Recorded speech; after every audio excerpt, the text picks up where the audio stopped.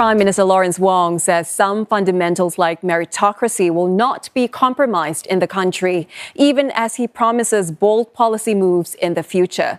He laid out his priorities at a wide-ranging media conference, marking his first 100 days in office. Among them, better support for seniors and tackling the cost of living. Geraldine Yap with more. How can Singapore better look after its seniors? That's a key area of concern for Prime Minister Lawrence Wong, one he could not cover at his recent National Day rally speech, but a topic the government will continue to study. It's not just about helping those in their 70s and 80s, the older folks, but as we do more to take care of them, we will also be helping their children, who increasingly are not so young anymore. They are 50s now. Young seniors, and many of them do feel sandwiched because they have to look after aged parents but still have children themselves to look after. Since taking office, Mr. Wong has kicked off a series of constituency visits across the island to engage with Singaporeans and hear their perspectives and feedback. A major concern is the rising cost of living. The Prime Minister says the government is focused on different ways to help various segments of Singaporeans.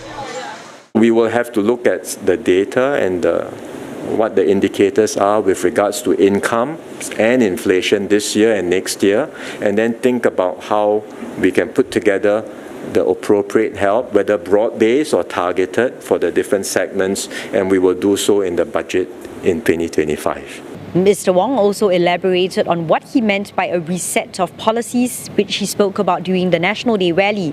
He said one example is providing unemployment support, despite the government having reservations about this for decades due to possible negative effects. But even as changes are in the works, some core values and principles remain. Multiracialism, meritocracy, these are very fundamental principles. Incorruptibility, right? These fundamental principles and values cannot be compromised. But how these principles are manifested in policies, well, you can have a debate, Is this the best way to go about upholding multiracialism?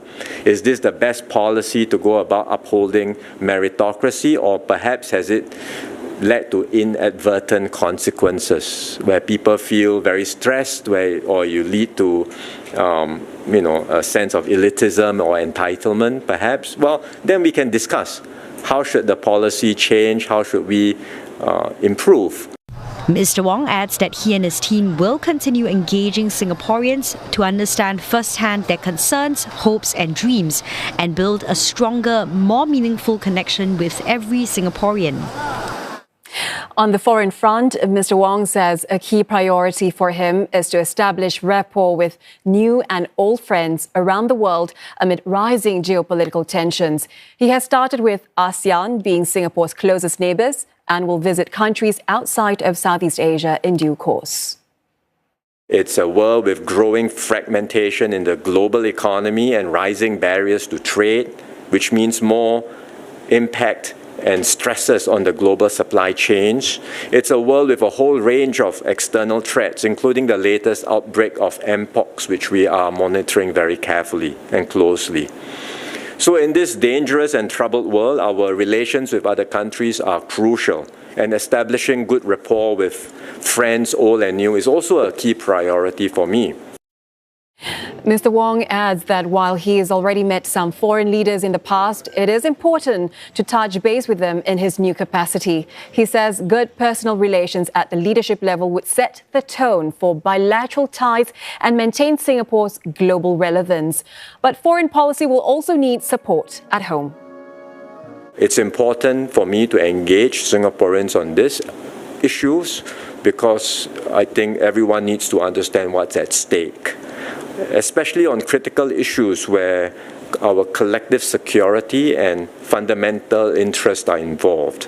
We must be able to come together as one people, despite our differences in perspectives, and take a common pro-Singapore position to advance our national interests together.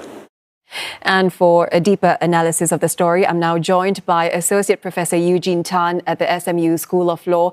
Professor, it's good to have you here with us. Thank you for having me. So, PM Wong mentioned support for seniors and their housing needs and cost of living as areas of concern that the government is looking at currently. Do you see these as building up to, his party's manifesto for the upcoming general election, or even perhaps a sneak peek at Budget 2025?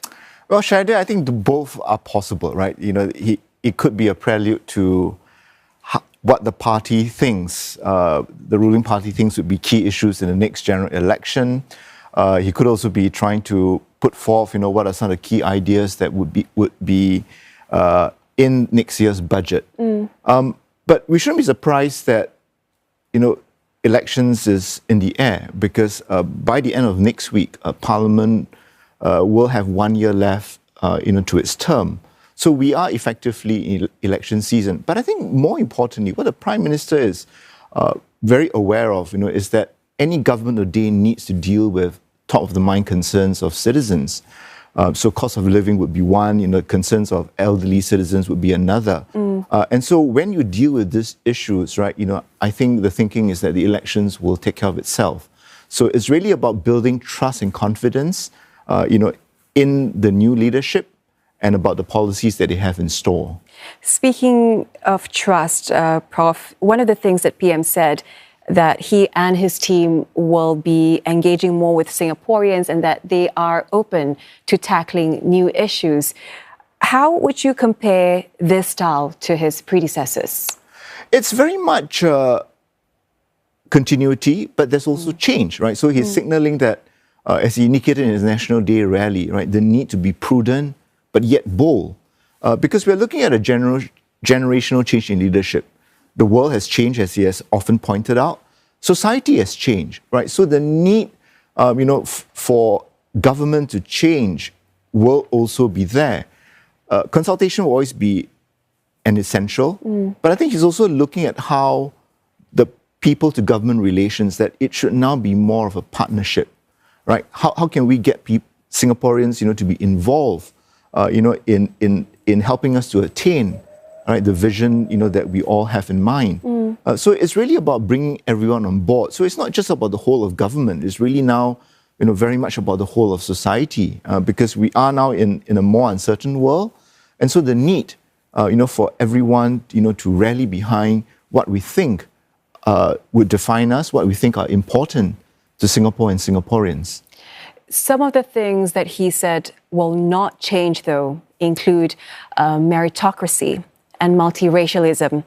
But he also recently announced that Singapore needed this major reset of policies at the National Day rally. So how would you sort of reconcile the two? Well, I think, they have to go hand in hand, right? Because you need certain policy anchors, right? What is it that defines us as a society? So whether it's multiracialism, meritocracy, or incorruptibility, the question could be, well, with society changing, how best can these fundamentals, right, these policies that define us, how can they be upheld? So I don't see any contradiction. In fact, I would be concerned if our policies are not grounded, in certain fundamental values or principles. Because, like it or not, certain principles and values are unchanging, right? So multiracialism would be one of them.